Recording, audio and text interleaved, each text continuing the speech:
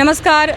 Navbharat times में आज हम वोटर्स से आने वाले विधानसभा चुनाव में उनका क्या मूड है और यहाँ के स्थानीय विधायक का क्या रिपोर्ट कार्ड है, ये जानने के लिए आज पहुँचे हैं विधानसभा क्षेत्र के क्रमांक 109 में, जिसे किरनापुर लांजी विधानसभा क्षेत्र के नाम से भी जाना जाता है। इस वक्त हम यहाँ के सुप्रसिद्ध मंदिर किरनापुर के किरनाई मंदिर में खड़े हैं और इस किरनाई मंदिर के नाम से ही इस क्षेत्र को किरनापुर के नाम से जाना जाता है, जहाँ के स्थानीय विधायक हिना कावरे हैं, जो लगातार 2 बार यहाँ से चुनी गई हैं। आइए जानते हैं स्थानीय विधायक का रिपोर्ट कार्ड। किस तरह का कार्य रहा यहाँ के स्थानीय विधायक का? बहुत अच्छा कार्य है और जो भी काम मांगा जाता है बिल्कुल निस्वार्थ भाव से और अपने मेहनत से विधानसभा में क्वेश्चन उठाकर मैडम हमको काम लाके दे देती हैं और बढ़िया काम रहा है। क्षेत्र का विकास हुआ है? हाँ, डेफिनेटली विकास हुआ है जी। किरनापुर में लांजी विधानसभा और किरनापुर विधानसभा एक ही क्षेत्र है 109, तो यहाँ से जो स्थानीय विधायिका हैं, विधायक महोदया हैं हिना जी, इनका किस तरह का कार्य रहा और कितने संतुष्ट हैं आप?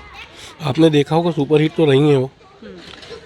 अभी पूरे 230 मतलब विधायकों में सर्वश्रेष्ठ कहलाया, उनको अवार्ड लिए। और हम लोग तो खुशनसीबी है हमारी कि हमारे क्षेत्र में एक बहुत बढ़िया नेता है जो पूरे क्षेत्र के लिए बहुत अच्छा सोचती है, जीवन की जिले के लिए अच्छा सोचती है। तो हमारा सौभाग्य है। क्षेत्र में और कुछ क्या संभावनाएं नजर आती हैं आपको? क्या कुछ किया जा सकता है? बहुत सी ज़रूरतें हैं क्षेत्र में। ऐसा नहीं कि पूरा क्षेत्र अभी क्लियर हो गया है, ज़रूरतें हैं और लगभग उनके संज्ञान में सारी चीज़ें हैं। और मेरे को ऐसा लगता है कि आने वाला समय मंत्रिमंडल में यदि शामिल होती हैं वो और गवर्नमेंट बनती है तो ये दशा दिशा बदल जाएगी, इतना कह सकता हूँ। ये भी बताइए कि जिस तरह से परिवर्तन की एक तरह से बयार चल रही है, लोगों की मंशा है कि परिवर्तन होना चाहिए, कमलनाथ जी या शिवराज जी, आपके नज़र में कौन बेहतर साबित हो सकता है?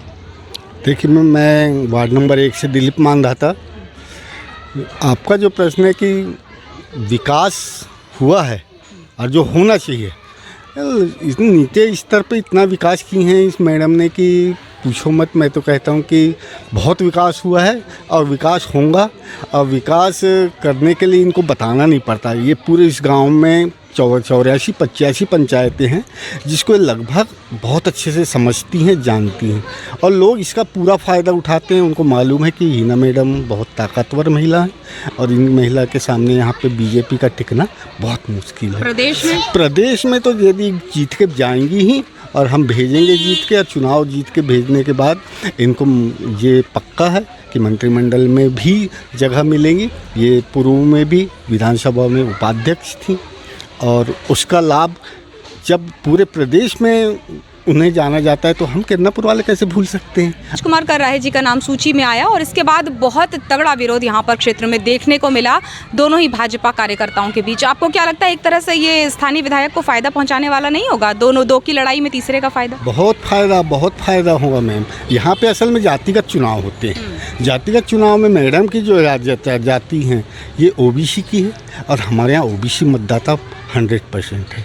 और हमारे यहाँ एक मरार कास्ट होती है और मरार कास्ट इतनी संगठित और इतनी चालाक कास्ट है कि इसको तो कावरे जी के ज़माने में उन्होंने इतना शिक्षित करके रख दिया है कि वो कभी अपनी जाति को नहीं भूलेंगे। और वो जानते हैं कि उनके जाति का नेतृत्व चाहे वो पूरे बालाघाट ज़िले में चाहे पूरे मध्य प्रदेश में हो।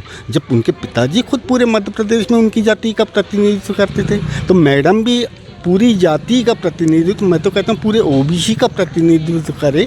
और क्या कुछ लगता है आपको लांजी विधानसभा क्षेत्र में किस तरह का विकास हुआ? यहाँ के विधायक का रिपोर्ट कार्ड कैसा रहा? कितने मार्क्स देंगे आप 10 में से? मैम 10 में से तो हम यहाँ पे 6 मार्क्स ही दे पाएंगे, क्योंकि विकास मैडम लांजी विधानसभा से हिना मैडम जी रही है पर किरनापुर को डेवलप नहीं कर पाई है। उनका किरनापुर में विकास परसेंट तो 0 बोल सकते हैं 10 में से। यानी कुछ काम नहीं कर पाना ही तो विकास परसेंट होता है। अब जो योजनाएं आती है उनका लाभ यहाँ की जनता को नहीं मिल रहा है। प्लस यहाँ का बेसिक मुद्दा भी रहा है, डबल मनी का बहुत चर्चित मुद्दा रहा है वो। उसमें मैडम ने जनता को पूरा भरपूर सहयोग करना चाहिए था, उनके पैसे दिलाते तक के उनको सपोर्ट करना चाहिए था। तो इसका असर भी उनको चुनाव में अभी पड़ेगा। अच्छा, हाँ जी।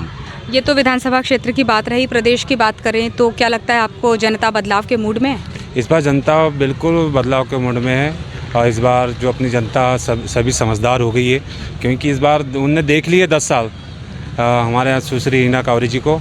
इस बार बदलाव का मौका है पूरा।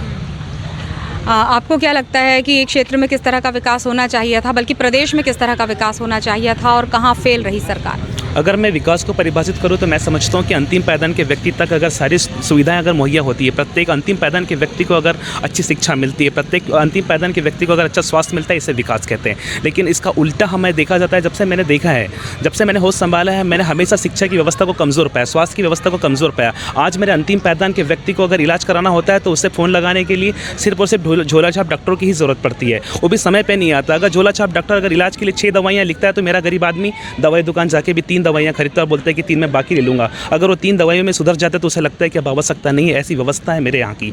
मेरी नन्ही मुन्नी बच्ची जो सरकारी स्कूल में पढ़ती है, वो आसमान में उड़ते हुए एरोप्लेन को जब देखती है तो वो सोचती कभी कि मैं पायलट बन जाऊँगी। लेकिन मैं दावे के साथ कह सकता हूँ कि इतनी गंदी व्यवस्था है हमारी कि मेरी नन्ही मुन्नी बच्ची जो सरकारी स्कूल में पढ़ती है कभी पायलट नहीं बन पाएगी। ऐसी व्यवस्था है, सब जानते हैं। इतनी व्यवस्था, गंदी व्यवस्था होने के बावजूद भी हमें सिर्फ भ्रमित प्रचार के माध्यम से हम कांग्रेस और बीजेपी का गुणगान करते हैं। लेकिन अगर ग्राउंड पे देखा जाए तो मैं समझता हूँ कि इतनी बद से बदतर व्यवस्था सिर्फ दोनों सरकारों के द्वारा ही। आपने बहुत सारे राजनीति के दौर आते और जाते देखे हैं, आपको लगता है कि किस तरह से आगामी परिणाम हो सकता है? नहीं, इस समय तो परिणाम बदलाव की तरफ है। जनता इस बार बदलाव चाहती है। वैसे देखो क्या आगे होता है, ये नहीं कह सकता मैं। भाजपा सरकार इस बार तो आपको ऐसा क्यों लगता है? क्योंकि भाजपा सरकार विकास के बहुत दावे कर चुकी है। तो कर चुके हैं, परंतु विकास के तरफ भी देखें और फिर हम कहते हैं आप 20 साल से मतलब उनको मतलब एक बार शासन दे दिया, दूसरे बार दूसरे को शासन मिलना चाहिए।